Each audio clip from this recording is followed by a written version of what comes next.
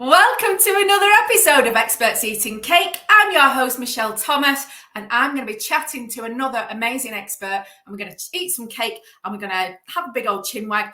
But this particular guest is somebody that I'm really excited about because she speaks a language that, except for cake, is one of my most favorite things to talk about, and that's energetic mastery. She is the mind. Is she the mind alchemist? She's the mind alchemist. It's Gill Kirkham. Let's bring her on. Hi, Gill. How you doing? Hi, Michelle. I didn't realise it was your one of your favourite subjects. That's even more brilliant to have a good old chinwag about. State change and energetics and masculine and feminine energy, and how I spend most of my time, apart from cake, I spend most of my time thinking about that because it all links into I was thinking about it on the toilet this morning. I was thinking about how biology is a more overview of chemistry, because chemistry fits into biology and then physics fits into chemistry, and it's all linked together through energy and energetics and matter, and it's very, very scientific, and people don't realize that that's what it is. It's a way of communicating what the world is. A lot of people have religion. I'm not into religion, structured religion, but I absolutely adore the idea because of energy and energetics and what we're made up of, because it makes so much sense to me. So this is going to be a treat and a half. Ooh! Excellent. Cake. Excellent. Do we have cake? We have an apple turnover, which I was laughing when I went to buy it because I said to the lady in the shop, I need to get one that's not too messy. However, I really fancy that. Oh, it's a giant one. I've got a wee one. It's giant. It looks like it's just going to crumble everywhere. I know. We'll see. Have a bite. What now? Yeah. No? Yeah. Okay. Cheers. Oh, good. I went straight in. Cheers. Yeah, it's really good. Is it nice and I fresh? knew it was. Yeah, I knew it was going to be good. Yeah, my husband made me this cake. It's white chocolate and raspberry. Did he? That's a gift to have a husband that makes cake. How lovely is that? Well, he cooks in our house anyway, and every so often he makes cake. He makes the best Yorkshire puddings. Oh. Although a few years ago he made little pancake Yorkshire puddings, but he's getting really good at them now. And he's getting really good at cake as well. And this is one of my favourites, raspberry and white chocolate. The combination of sweet and tart is really... Do you know what? When you asked me what would my favourite cake be, I think that might be it, something like that. There's so many options, I couldn't put any together, but that does sound pretty delicious, actually. Well, what you did say baffled me, right? You put unicorn designed cake, and I thought, does that mean a cake designed by a unicorn, or a cake that looks like a unicorn? A cake, because the unicorns to me is an energy. They're not necessarily horses with a big horn, although that's how humans get shown that energy is around them. They are very wise, they're very knowledgeable, they're very thoughtful, and they're magical. So I thought, who best, or what energy best would design a cake? And I went through all the different realms. I thought angels, fairies, no, it's got to be more structured than that. Then I thought, what about leprechauns? No, naughty, there would be something naughty in it. So I came up with galactics, they wouldn't care. But a unicorn would make a good cake. I think the unicorns would really care. They put the structure in, they're thoughtful, they're naturally magical. They've got that kind of Gandalf magical alchemy. It would be magical. It would be like the best, lightest cream, yet the structured solid yumminess as well. We need to go and find a unicorn who will bake a cake for us. That would be bloody brilliant. Well, we could meditate and see if one comes through. Just as long as I don't have to make it, no, and I get to eat it, that is good. That is fine, absolutely fine by me. Now, what I want to do is, I really want to get down and dirty into the stuff that you do, because we've had one or two chats. We've not got particularly deep into this. This is why I'm really excited for today. But I'd like to find out a little bit more about who Gill is and how and what kind of mission you're on in this world. What the purpose of everything you're doing is, and I want you to tell me how that comes across. I know that this is going to be mind-blowing. I'm sitting here waiting. All pressure is on. So what's my personal mission? Right. It's to help as many people as possible, however, potentially leaders of consciousness or leaders that are helping other people, because then the magic can get to them and filter through, realize that joy is the answer to everything, and know that the laws of the universe are much more important than they ever thought they were. And religion and science kind of can take a back seat when it comes to changing state and moving into that forward direction of finding joy. I've never said it like that before. I think it's because we started with unicorns, but it's basically to help as many people as possible use energetic mastery to have a better life, to hit through glass ceilings. My absolute pleasure is to see people have those realizations, those perception shifts, those moments of, oh, did you see that synchronicity? Like when a client comes in and one of my oracle cards falls off the wall, and yesterday or the day before he had a massive tattoo on his arm of a lighthouse, and the lighthouse one fell off the wall. You know, everything is energy, everything is connected. It's to realize that we're just one massive beating heart together, and when we actually get out of that place of separation, anything is possible. And to let people feel that, or not let, but hold the space for them to realize that. Absolutely.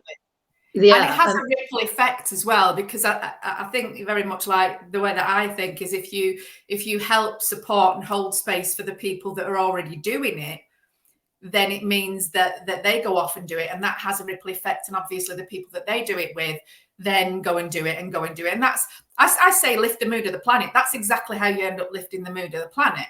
And by mood, we mean energy. That's exactly what we mean.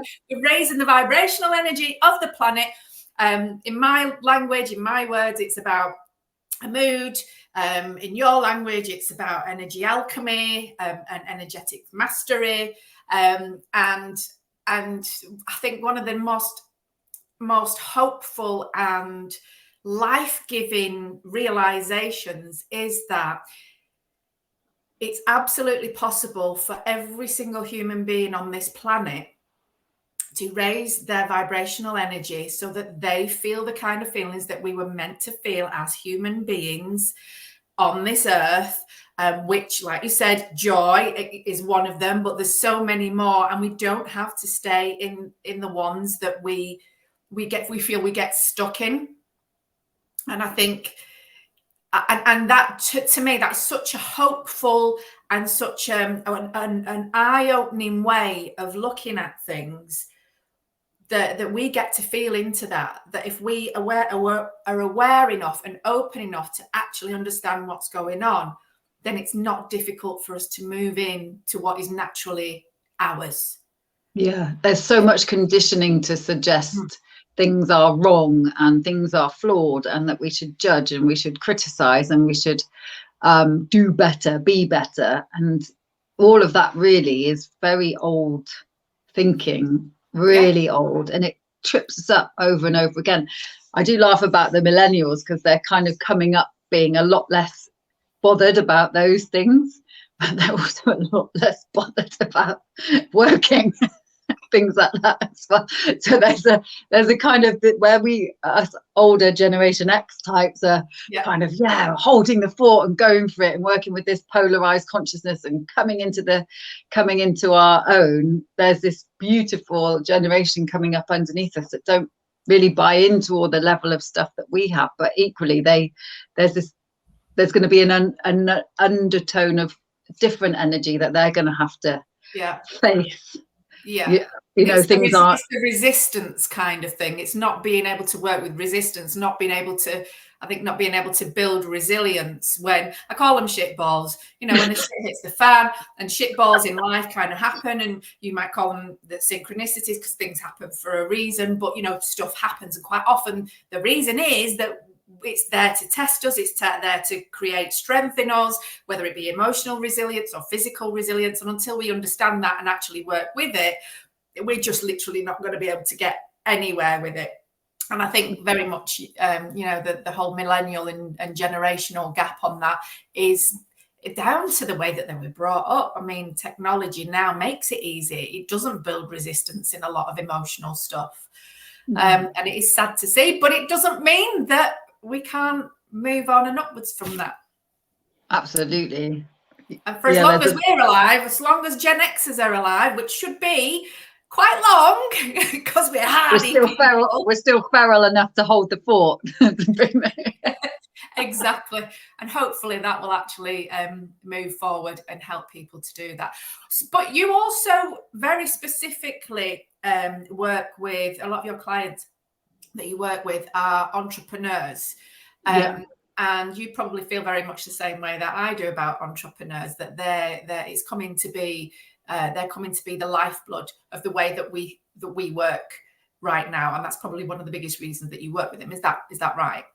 Yeah, the courage it takes to be an entrepreneur every single day, to show up every single day and wear so many hats until you get to the point where you have help. And even then you have to learn how to lead and do the job that you want to do and create all the marketing and make all the decisions. It's especially when it's something like spirituality, when we have to then learn stuff in the quantum field, and there's no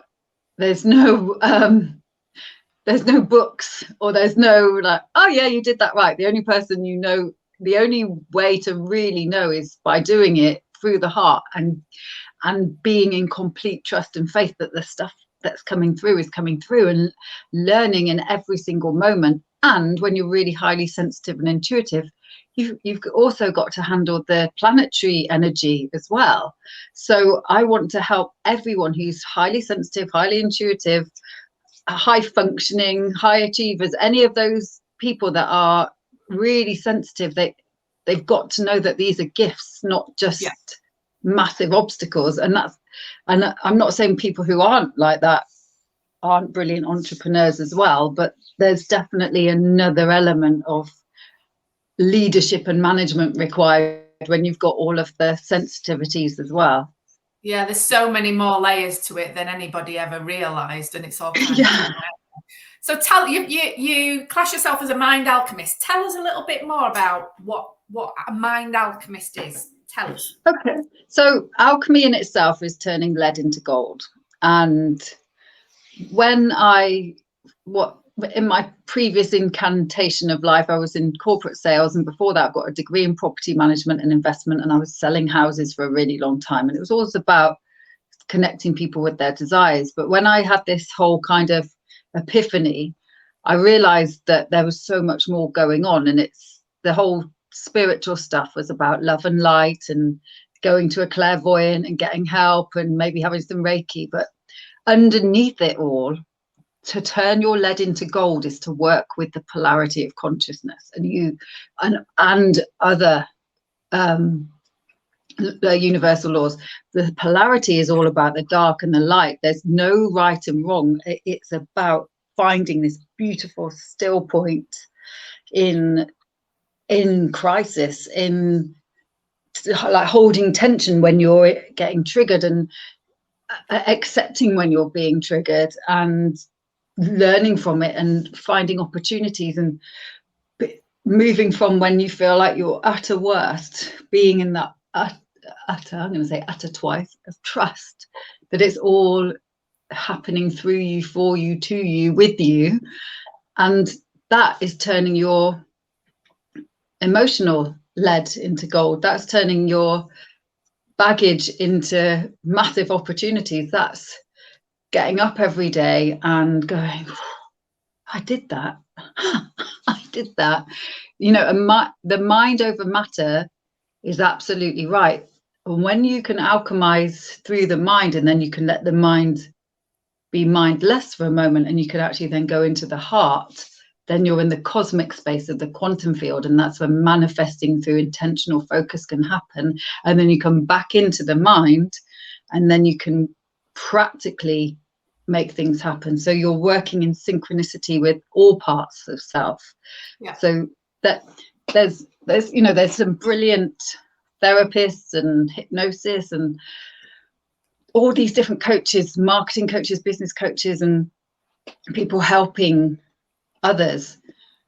The missing link is this, and that's what I want to bring, is that the heart connection, the superconscious connection, the shifting out the blockages.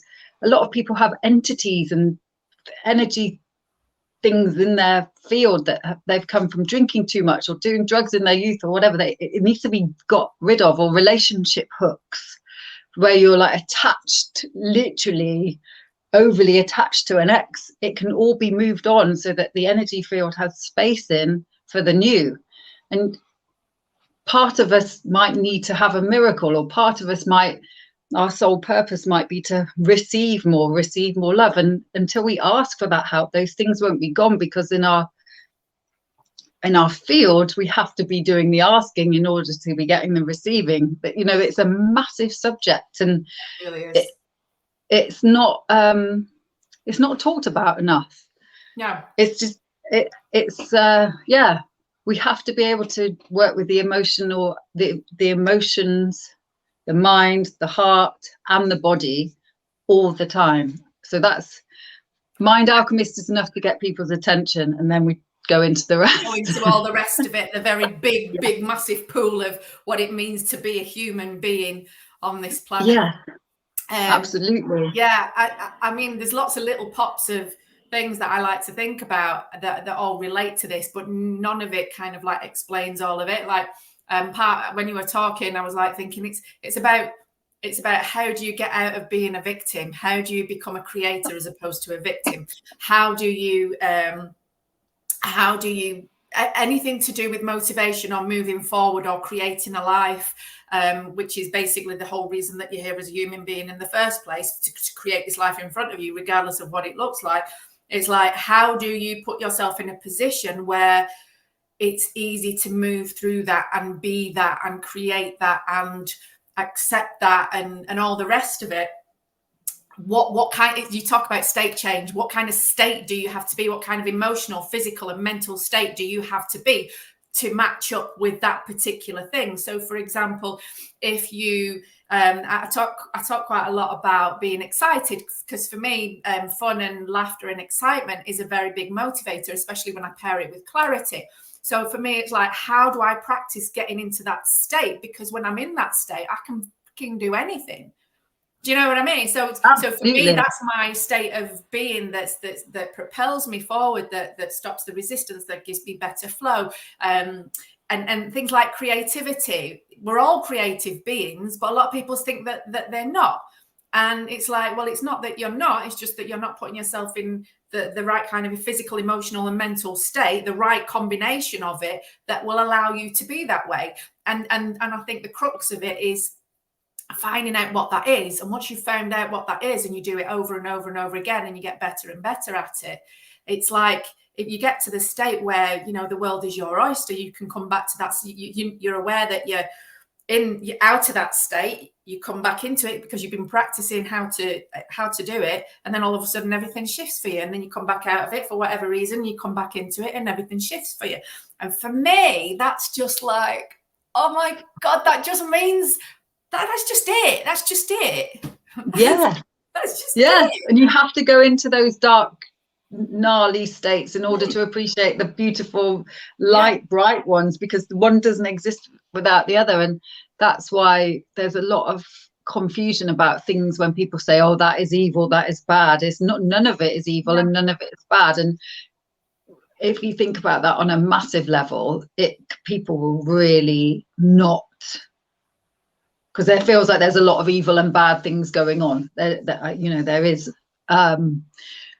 at the moment, hopefully in the good few decades time that there will be a lot less of that going on. However, it feels like there's this massive push and pull going on about what's, oh, this is such a big subject, I don't even know where to start. So there's a difference between duality and polarity. So at the moment we have duality going on, which is this push and pull, back and forth, right and wrong, right and wrong, right and wrong. Whereas with polarity, it's two points of the same energy, and they're getting stretched, and one feels uncomfortable in what feels in a positive way, and one feels uncomfortable in a negative way, but they both have the same energy. And that's what we're moving into, this polarity, where the still point is the and we're stretching up, and then and that's where we need to be, like a beating heart. And then it takes longer for each one. And what the world is actually in now is this duality consciousness, where we're fighting each other, and someone's wrong and someone's right, and someone's beating someone up or killing someone. And that's what we're moving out of. Fingers crossed. It makes me think of my t-shirt. I've not got it on today, I've got my cake t-shirt on, but I've got a t-shirt and I absolutely love it. It's very similar to this one, but it doesn't say I eat cake for breakfast. It says it's all good. It's all good. It's all good. And to me, good. It's all good. The polarity is it's all good. Yeah. It doesn't matter how you feel about it. It's all good. It's there for a purpose. Everything has its purpose. Everything has its place. And it is about moving through the energies as opposed to just trying to get to one energy and staying there. To me, that's not balance. Balance is backwards and forwards and backwards and forwards and forwards and backwards and up and down and left and right. And because Absolutely. That's how we move. That's how our atoms and our energy just moves anyway. I mean, we're talking quantum physics. That is exactly how it moves. That's exactly all of it. Yes, and we are just particles at the end of the day. Break it down to the smallest pieces. We're all particles, right? Okay, let's move on. Literally, me and you could sit here for about 5 hours and everybody just get bored and bugger off. And that's not the point of this. The point of this is for you to show your expertise in the thing that you do. And if it catches anybody's interest, they get the opportunity to understand how they can work with you. So the first thing that I want to ask you is, what are the 3 most basic things that people need to know when it comes to talking about energetic mastery? The 3 most basic things are that it is really simple, and everything is, let me just feel into how to say this. Hold on a second. Energetic mastery. It's about the navigating through the body. So it's about finding pause. So like now, I've closed my eyes. You've asked me a question. I didn't want to use my thinking brain. I fell into my energy and I asked my body. My throat went, you do need to use your thinking brain. Okay, a little bit.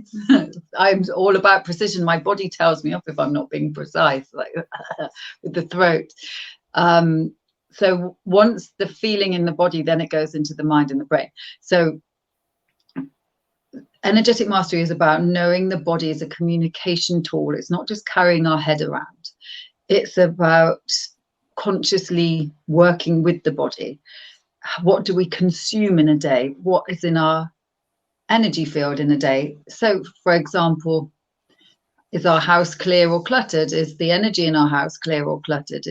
Do we consume the news or the television or digital, too much digital stuff? Or do we actually sit in nature, and can we enjoy silence? Can we enjoy pause? And if not, you're never going to master your energy, or you're not even going to know how you feel energetically. So it's consciously pausing, knowing when to rest and manifest, knowing what you actually want truly, what you truly desire. And all of that comes from stillness. So simple going back to absolute basics, walking bare feet. We are not meant to wear shoes.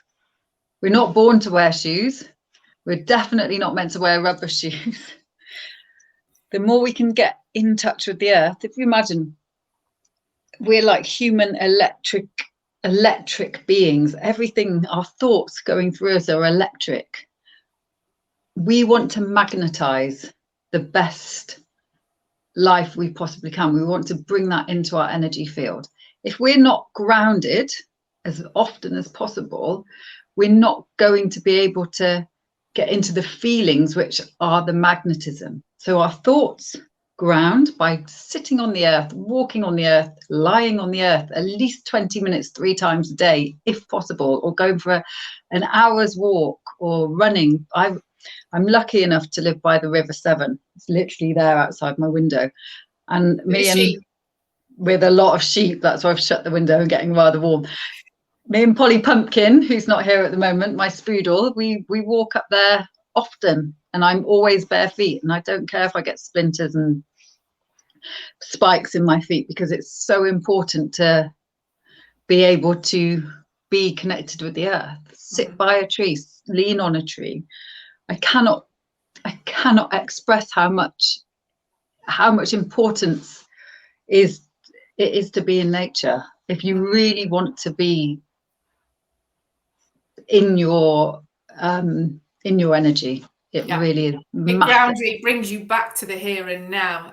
One of my favorite things to do is very much going outside. I'm lucky enough where I live, there's a lot of hills and lakes and things like that, and just going on tiny little adventures, if you like, and just being in the space. There is I go down the road and then I come back up again. If I've got like 15 minutes, I'll go down the road and I'll come back up again. And on the way back, there's this wall. It must be about 100 meters, and it looks onto a field, and beyond the field are more fields, and beyond those fields are hills. And in between, there's a clock tower, and the clock tower is where I was born, because there used to be a maternity hospital there. And then there's a school, and then there's where I grew up. And every single time I come back and I lean on the wall in exactly the same spot, it's got to be the exact same spot, because what I do is I look out onto the fields, onto the clock tower, because it's literally right in the middle. I look at the hills, I look at the clouds, I look at the sky.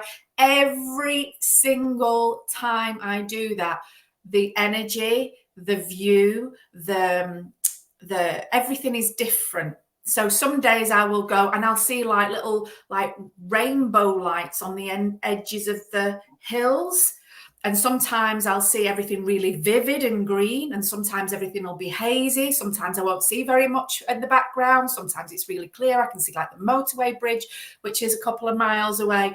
And then always in the middle, this thing that grounds me, and it's really, really weird, but it's the clock tower where I was born. And I've gone full circle. I've lived down in Kent, I've lived near London, I've lived in Yorkshire, and I've literally come back, and I live across the road from the house that I first lived in when I was born.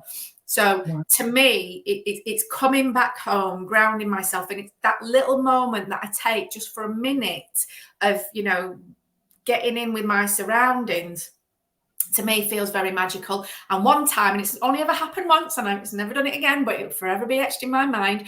I stood there and I watched as 3 deer just came across the field after each other, and they looked like they were helping each other come through the field. And I just stood there and watched them, and I just in awe of how beautiful and amazing nature actually is, and that you can create this dynamic stillness and appreciation of it. I love it. I was just going to say that's the 2 other keys of energetic mastery is appreciation and compassion.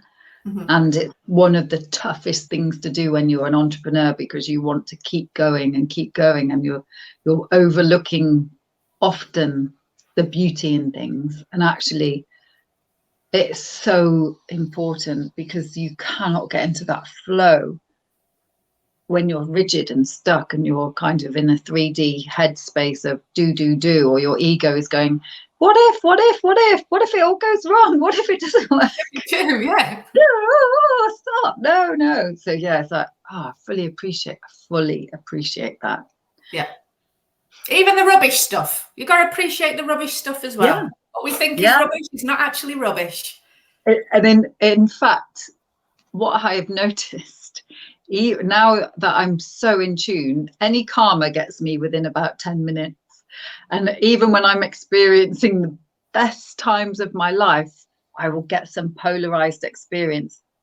I call it a test in a kind of, it's cheapening it really. It's not a test. It's more of the pendulum swinging between the two polarized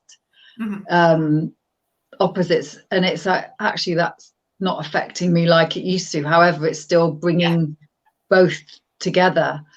I was in Portugal about 2 weeks ago with 100 other medicine women at a New Earth conference, and three different women triggered me for 3 different reasons in a 7-day period. So, this is big. Yeah. This is big. All for different reasons and all old stuff.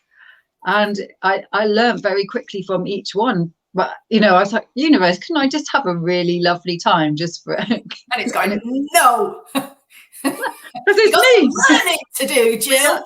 Exactly. And because we are the universe is us. It's like, well, this is what you asked for. You want constant growth. You're like this. This is it. Bring me the soul growth. And the soul's not happy unless we're having some kind of expansive experience. Just got to surrender to it. That's I was actually laughing at the ridiculousness of some of it, but not in the middle of the.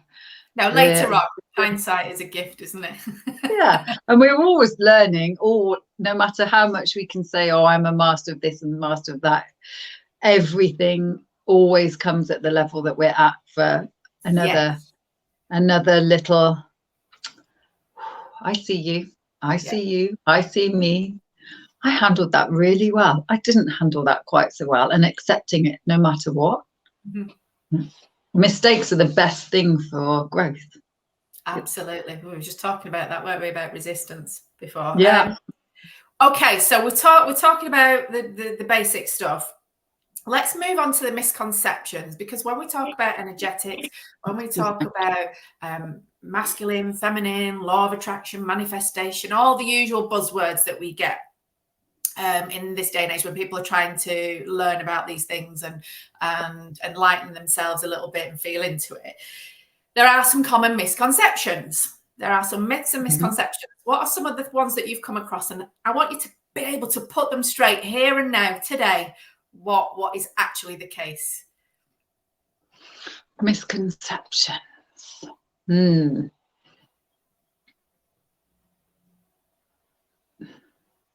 Around spiritual growth, do you mean? Whatever you found, whatever you're called to tell us. That's the way that we're doing it. I know. No, I'm just because I've been on so many subjects now. I'm like, oh, what's a misconception? So the thing that really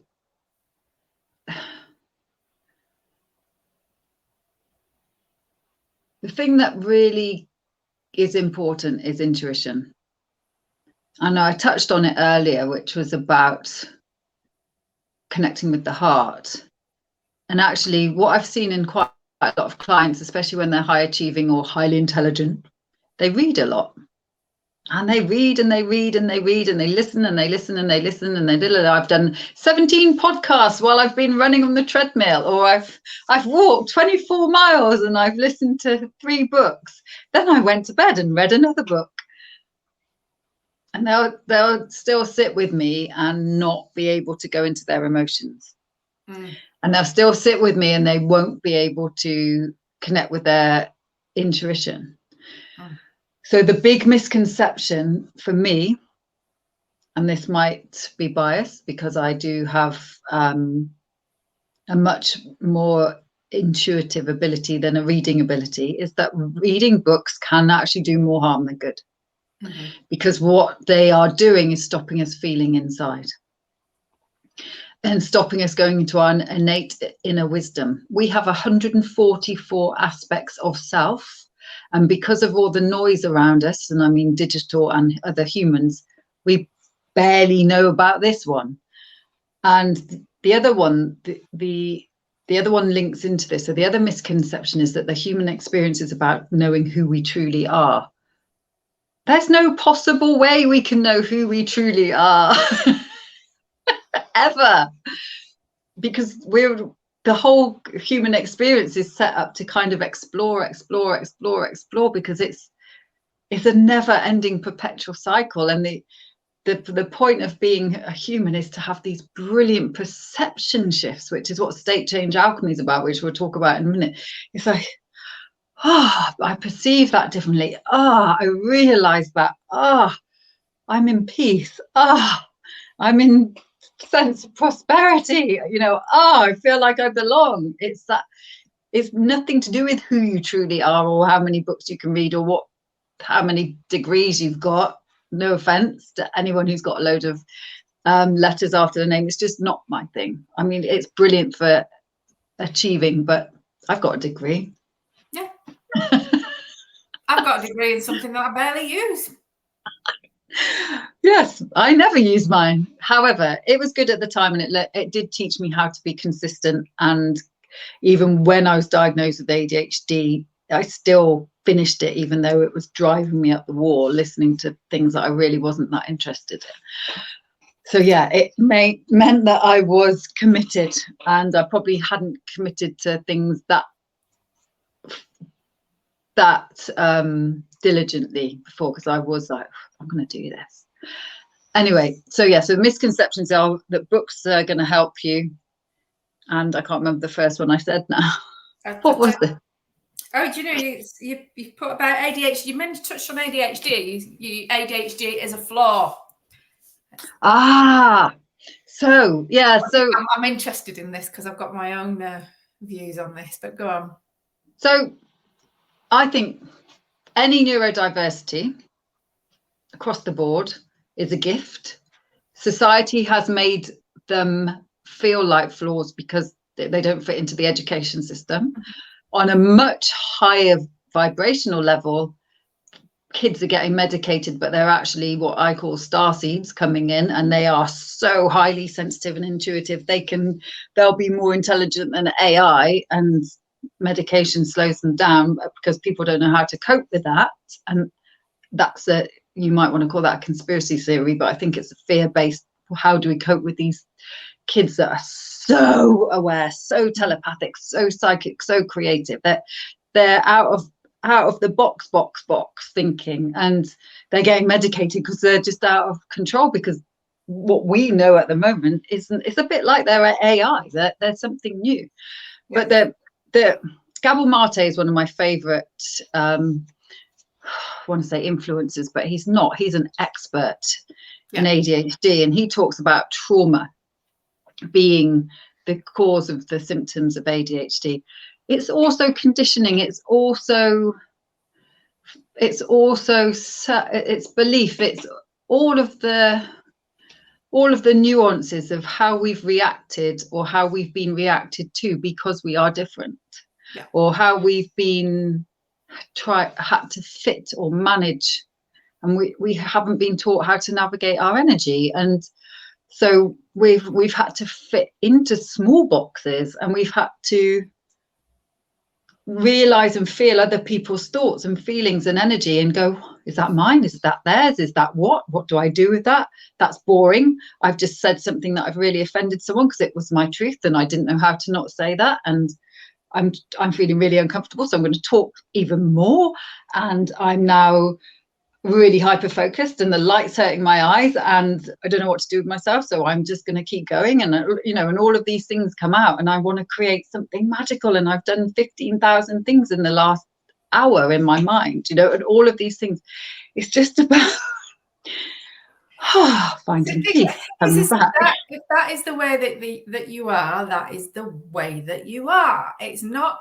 And the thing, everybody thinks it's somebody's a little bit different, somebody's a little bit weird. We're all freaking weird, and we're all freaking different. And you stick a label like ADHD on it, it's like, well, what about the parts of me that are different from that ADHD person? How do you then box that off. Not much point in boxing it off. Sorry, go on. I was going to say, and then, you know, why not just celebrate the differences, celebrate the weirdness? And if you don't like anything about yourself, then learn how to deal with things in such a way that you actually manage your state better. Yeah. And it's about learning to manage it, be really proud of it. And I don't know anyone who's neurodiverse who isn't intrinsically intuitive or can read. To me, intelligence is seeing between worlds, seeing between the lines, seeing the energy, feeling the energy, watching 3 conversations at once in a room, knowing that that person's not feeling very good, that's not feeling good, very good, talking to someone who's passed over because they've just popped in and they want a conversation. You know, that's it. It's not attention deficit disorder, it's attention dialed into so many different things, and it's learning how to work with that. And dyslexia, oh my goodness, the creativity that comes out of dyslexia is phenomenal, and the simplification of life with people with dyslexia, so I'm slightly jealous of it, to be honest.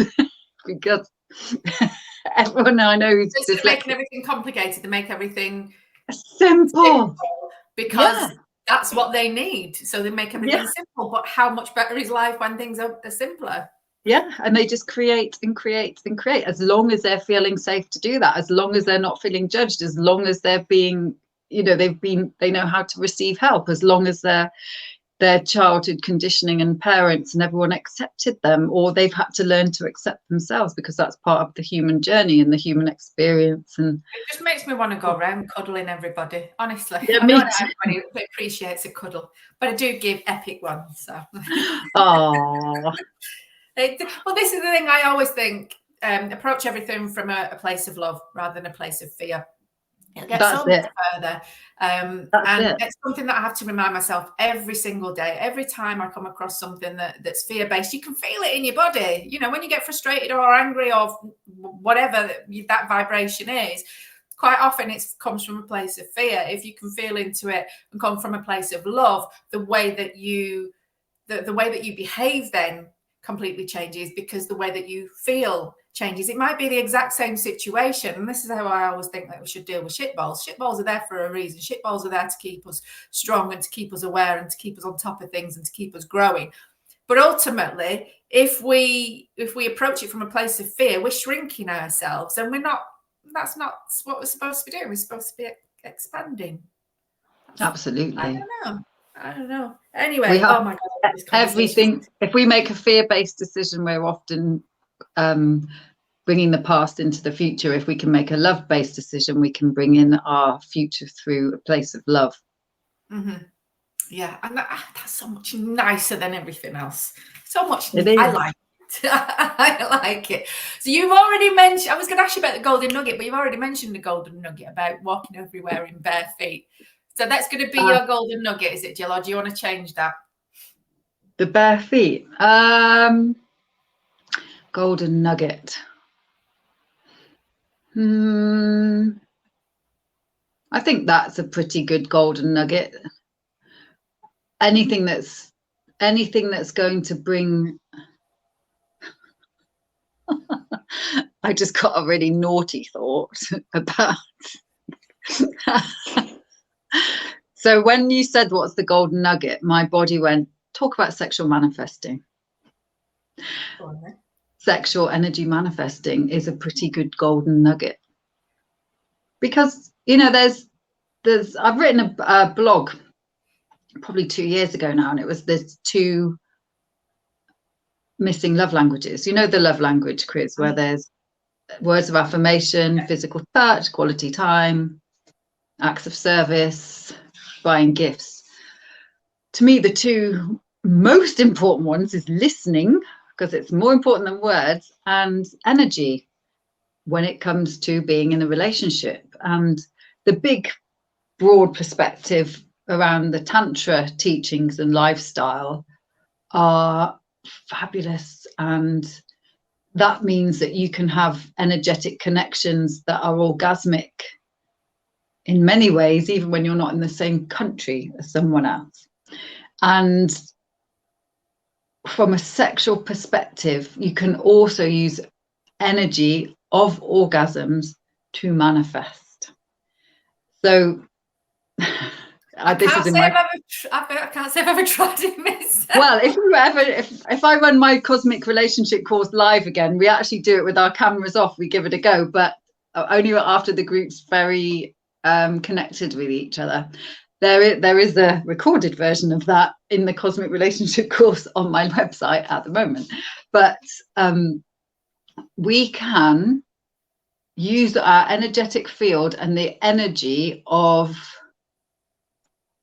pre-orgasm up into orgasm to go into a space of intentional focus to help manifest what we would like and desire into our reality. Ooh, yeah, I can absolutely see how that would go. It's a very, very powerful state to be in. It's very in your body. It's not in your mind at all. And I could totally understand where that kind of state change would actually make the biggest difference in terms of that makes the head is out of the way, the ego is out of the way. It's coming from we're in pure love altogether. Fear is out of the way. Yeah, absolutely. I get it. And that vulnerability as well. There's that vulnerability. We feel a lot of vulnerability, but when you lose that vulnerability in what is essentially a vulnerable place, that's quite a powerful thing as well. You said surrender earlier, didn't you? So go on then. So you've got that as a course. What kind of things have you got going on at the moment? Are you launching something at the moment? So State Change Alchemy is the main, what I'm going to be doing for the next few years now. It's something that you can have for yourself. It's a 45-minute process, essentially. And there's probably 4 parts to it. It's around the body, the mind, and the quantum field, and how to create states from ones where you can't do anything into ones where you're feeling completely empowered, and also shifting out. I've used it in 10 minutes in the gym in a body pump class and shifted out some trauma response I had to something back in 2002 at a cricket game in Salford, of all places. Yeah. So I was in body pump and a very similar experience happened in the moment, and I used it, and actually using the weights and going through the process in my mind cleared the energy out of my throat. It was like, so it's an alchemic process through the mind and the heart, and knowing the process inside out, which I then teach. So that's State Change Alchemy. And then I teach people who already have clients to use it as a glass jar, magic in a glass jar, alongside anything else that they're doing to bust through glass ceilings. That's basically what it is for love, for relationships, for sales, whatever. I was in sales for so long. I'm really good with sales and helping people sell with it. As a warm up to that, there is a day called the Alchemy of Prosperity and Love coming up in Gloucestershire in the Cotswolds in a really lovely manner. I did have a date, however, I've got to speak to them because there might have to be a change in date. So it's hopefully towards the end of June. And I'm going to run that, then do State Change Alchemy, then do another day, then run State Change Alchemy, then do another day and run State Change Alchemy. So anyone that's thinking about State Change Alchemy can come to these delicious warm-up days. And the thing about Alchemy of Prosperity and Love is that I've never known anyone run a day the way I'm going to run this because of the support afterwards. So we're going to do a lot of the energy work, going to give them a lot of concepts around taking it home, and then create the supportive container to make the magic happen after. So your days are going to be in real life, and the other stuff is the State Change Alchemy is going to be online. And go on.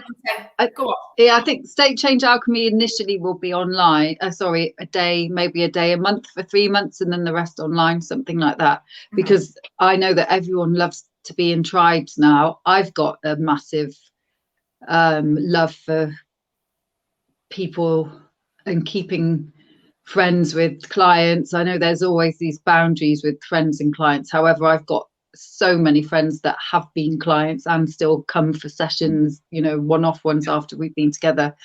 So I absolutely love working with people that are experts in their own right, and we support each other, because I don't want to be the guru. I'm the channel, I'm the guide, I'm the connector, I'm the teacher.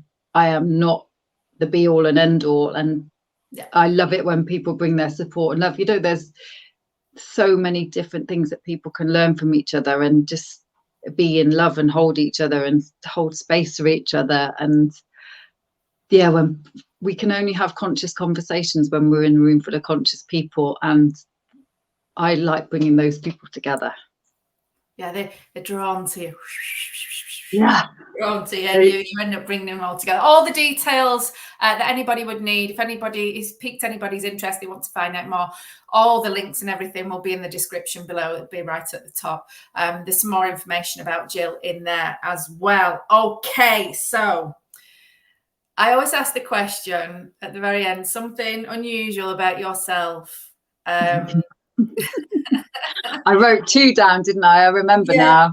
I like the first one, but the second one is blown my brain out of my ears. I swear to God. You can plait your toes. My toes are so long, I can do that with them. Are you going to show us, or we're going to leave that for another day? I can try.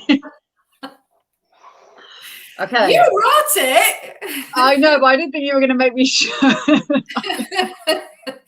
I've got a skirt on, so I'm going to have to be careful. So look, I can put my toes like this. Oh my God, that's so cool. You do know that I'm going to try and do that in a minute. Go on then. I think you should if I am. Oh no. Epic fail. Hold on. I don't even know if I'll be able to get it up near the camera. No, I can't lift my legs up that high. I can lift one, but I can't lift the other one up. Oh, so funny. I'm doing it the other way. Hang on. I'm doing so well here. Look, can't see it. No. I'll practice later, and if I get it right, I'll send you a picture. Okay, fabulous. I'm going to go around asking all my friends if they can do that now. I've never known anyone. I've never seen anyone else do it, so I'd be interested to know who can plait their toe. The toe plaiting challenge. Oh my goodness, you have been such a brilliant guest, and it just makes me feel so amazing that I can actually talk to somebody about these amazing things and really go backwards and forwards and create this lovely kind of vibe about it, because it just helps me to grow and understand a lot better about the things that I'm already interested in. And hopefully there'll be people who are watching who are meant to be here, meant to listen, and meant to find interest in this as well. And hopefully they will get in touch with you to find out more about the stuff. Yeah. Come into the galactic table.